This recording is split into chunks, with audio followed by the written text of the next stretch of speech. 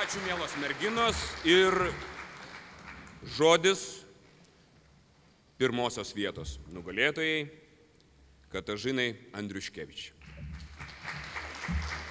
Lenkijos okupacijos pasiekmes Rytų Lietuvai. Aš gyvenu Rytų Lietuvoje. Jau esu pripratusi, kad čia žmonės kalba ne tik lietuvių kalba, bet ir lenkų, rusų kalbomis. Ir tuteišių kalba, sumaišytos 4 kalbos – rusų, lenkų, gudų ir lietuvių. Kad čia daug kitų tautybės žmonių. Rytų Lietuva – etniškai mišrus regionas rytinėje Lietuvos dalyje, susidaręs nuo 17 iki 20 amžiaus, suslavėjus iki tol ištisai lietuviškoms teritorijoms. Rytų Lietuvos suslavėjimas 20 amžiuje turėjo didelį įtaką Rytų Lietuvos sienų raidai. Tarpukariu lėmė Vilniaus krašto okupaciją, o kartu ir priešiškus Lietuvos ir Lenkijos santykius. Rytų Lietuva 20 amžiuje buvo polonizuojama. Pradėtas ten gyvenusių lietuvių, rusų, žydų diskriminavimas ir teroras. Nelenkiška kalba ir kultūra buvo niekinama, trukdoma jai vystytis. Dėl to, net ir pasitraukus Lenkams, Rytų Lietuvoje tebevyrauja lenkiška kalba ir kultūra. Rašydama šį rašinį, pabandysiu išsiaiškinti Lenkijos okupacijos pasiekmes Rytų Lietuvai, kodėl šis regionas taip skiriasi nuo kitų Lietuvos regionų ir išsakysiu savo nuomonę šiuo klausimu. Mano manimu, Lenkija negražiai pasielgė okupavusi Rytų Lietuvos teritoriją. Lenkija, kaip artima valstybė Lietuvai, turėjo padėti Lietuvai, o ne okupuoti Vilnių ir Vilniaus kraštą. Šitą okupavimą galima pavadinti išdavyste.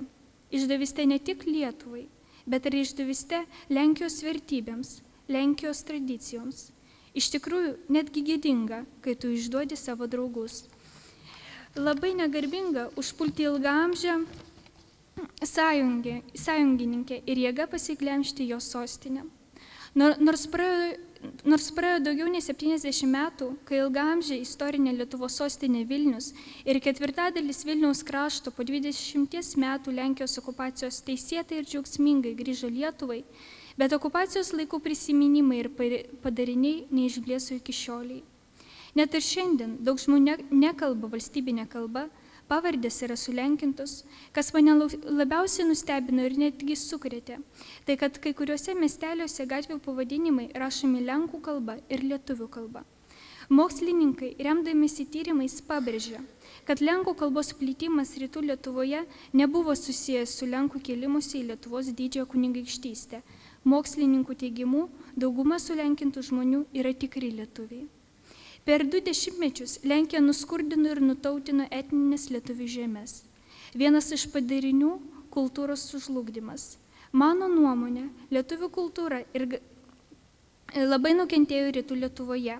Čia prigijo lenkų kultūra ir gana sėkmingai jį gyvuoja iki šioliai. Švenčiamos lenkiškos šventės, pavyzdžiui, Lenkų mokyklose švenčiama Lenkijos nepriklausomybės diena. Aš manau, kad tai yra labai keista ir apie kokį naikinimą Lietuvos okupacijos padarinių galima kalbėti, jeigu Lietuvoje švenčiame Lenkijos valstybės šventės.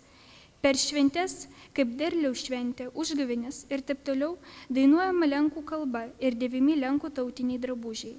Rytų Lietuvoje yra daug lenkų tradicijų, papročių, kurie yra saugomi ir puoselėjami. Sulenkėdami žmonės neteko tūkstančius skurtos gyvenimo sanklodus, turtingos tautosakos ir kitų dvasinių lobių, kurios stengtasi bent gelbėti nuo visiško pražuvimo. Tiesą sakant, sunku sugalvoti, kaip aš galiu prisidėti naikinant Lietuvos okupacijos padarinius Rytų Lietuvoje. Iš vienos pusės aš viena nelabai galiu ką pakeisti, o iš kitos pusės netgi mažas akmenėlis gali pakeisti upės tėkmę. Aš galiu puoselėti lietuvių kultūrą, galiu laikytis lietuvių tradicijų, kalbėti su draugais arba šeimoje lietuvių kalba, domėtis Lietuvos istoriją ne tik per istorijos pamokas, bet ir laisvalaikiu. Bet svarbiausia, turi prisidėti valdžia.